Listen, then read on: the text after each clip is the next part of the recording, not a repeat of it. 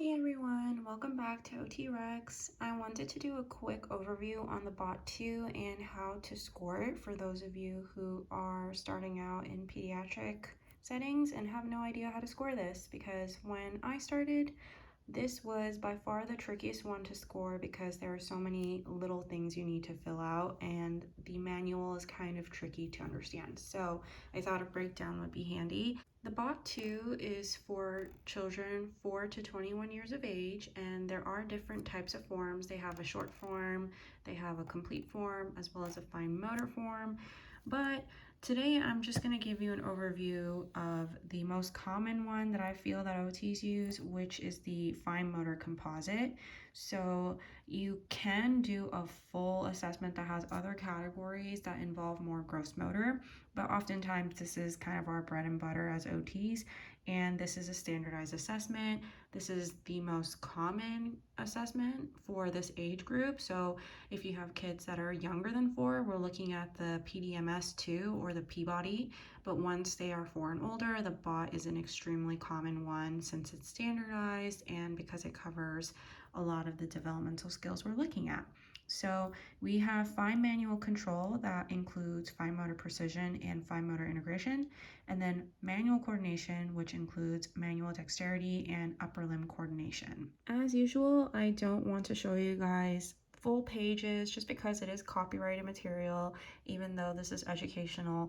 So I'm going to give you a quick breakdown on the subtests so that if you guys are trying to remember and learn what the BOT is used for, this might be a handy way to remember. So subtest 1 is fine motor precision. So we're looking at a lot of visual motor and visual perceptual skills, and this part is a little booklet. So they'll get a paper with a picture of a tiny circle and a star, and then you'll be asked to color it in and stay inside the lines, or going through mazes and trying to stay inside the line, cutting out a circle, connecting dots, and folding paper. A lot of it, as the title says, is precision based. The next category is all copying drawings, which is fine motor integration.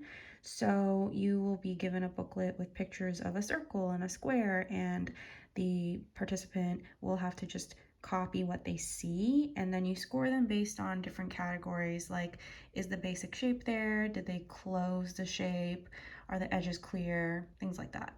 So if you're completing just subtest 1 and 2 for the fine motor composite, then really all you need is this booklet, and I wanted to give you a quick look at what some of the pages look like. So remember, fine motor precision included a lot of the visual motor and visual perceptual skills, so it's a lot of drawing, and so you color in these circles and the star, try to stay inside the lines, take the car to the house, stay inside the road.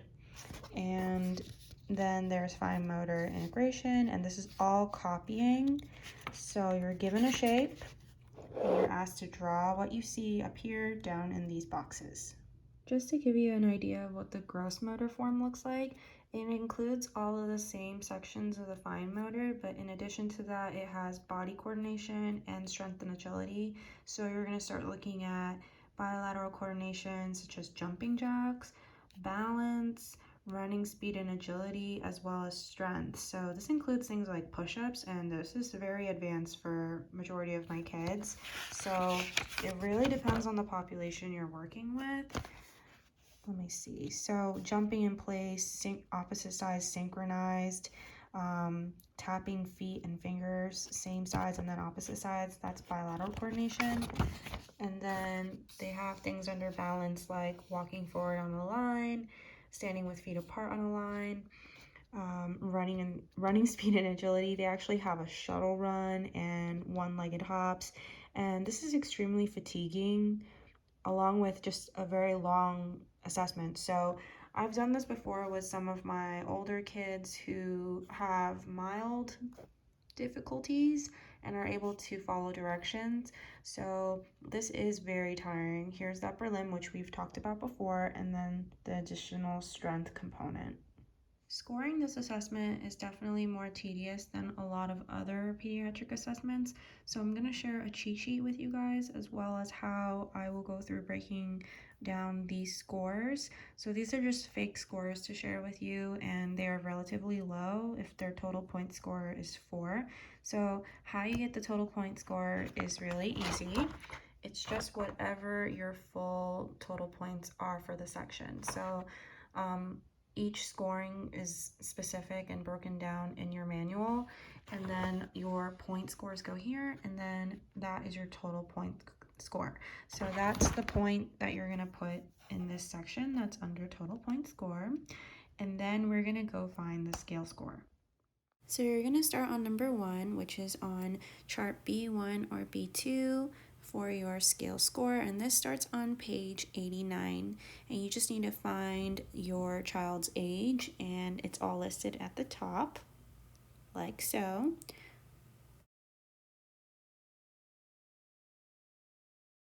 So I like to find my scale scores for both of these categories at the same time. So I go all the way down. I had a 4 for fine motor precision, and I'm going to go to the left, so that means my scale score is 5. And for fine motor integration, their score was 3, so it's between 3 to 4, so that makes the scale score 7. Now that we found all the scale scores in table B1 to B3, then you can go ahead and add those two numbers up for the sum for the manual control as well as the manual coordination.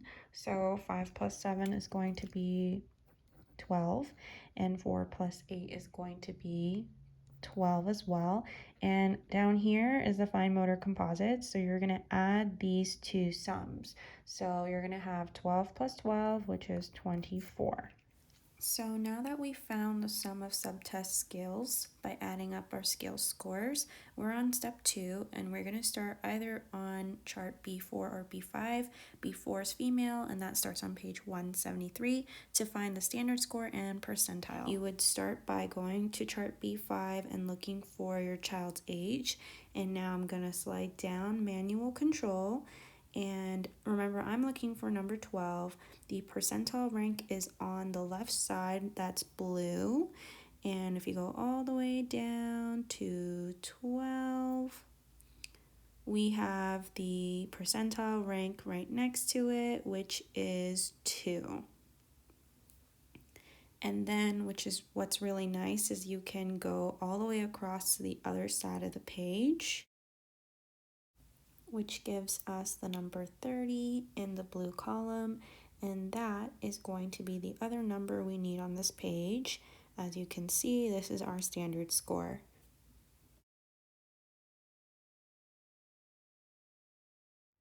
Okay, so we know our standard score is 30 and then 29 for the manual coordinations. A quick FYI that I noted at the bottom: some settings ask you to fill out things differently from other settings, and I typically stick to the main categories during scoring, such as the scaled score, standard score, percentiles, and descriptive categories. I have yet to use the confidence intervals, and age equivalents are a soft score compared to standard scores, so it's up to you what you include. Insurance is not going to pick you apart because you didn't add the confidence interval. They're really looking for standard scores and percentiles. Okay, so now we're on step 3, which is going to start on chart B7. That starts on page 194, and that is where we're going to find our fine motor composite, which is based on the scale score sum that we added up earlier.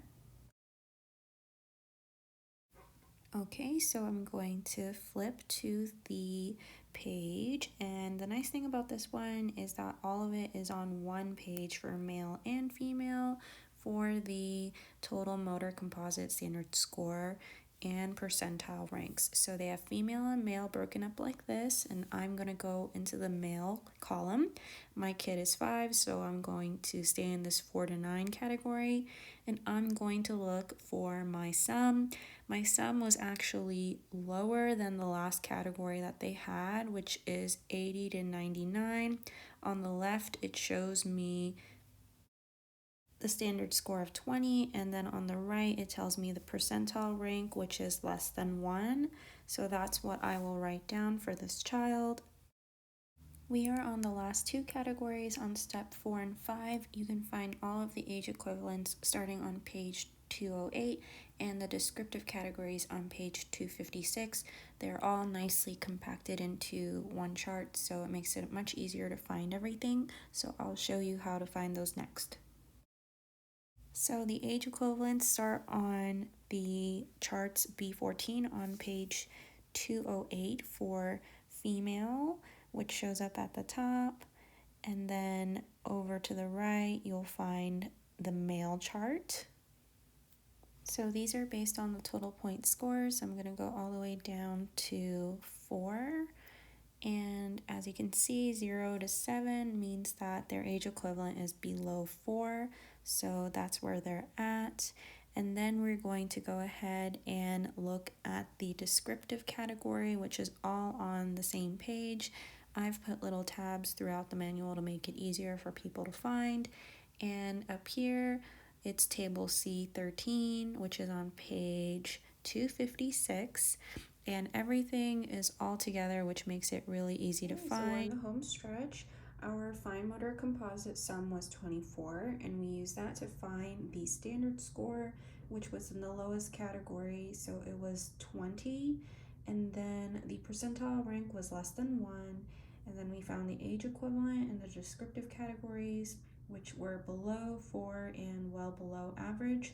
And then you could do the same thing and find all of the remaining scores with the same charts that we went over. I hope this video was helpful, and good luck with your studies and scoring this BOT.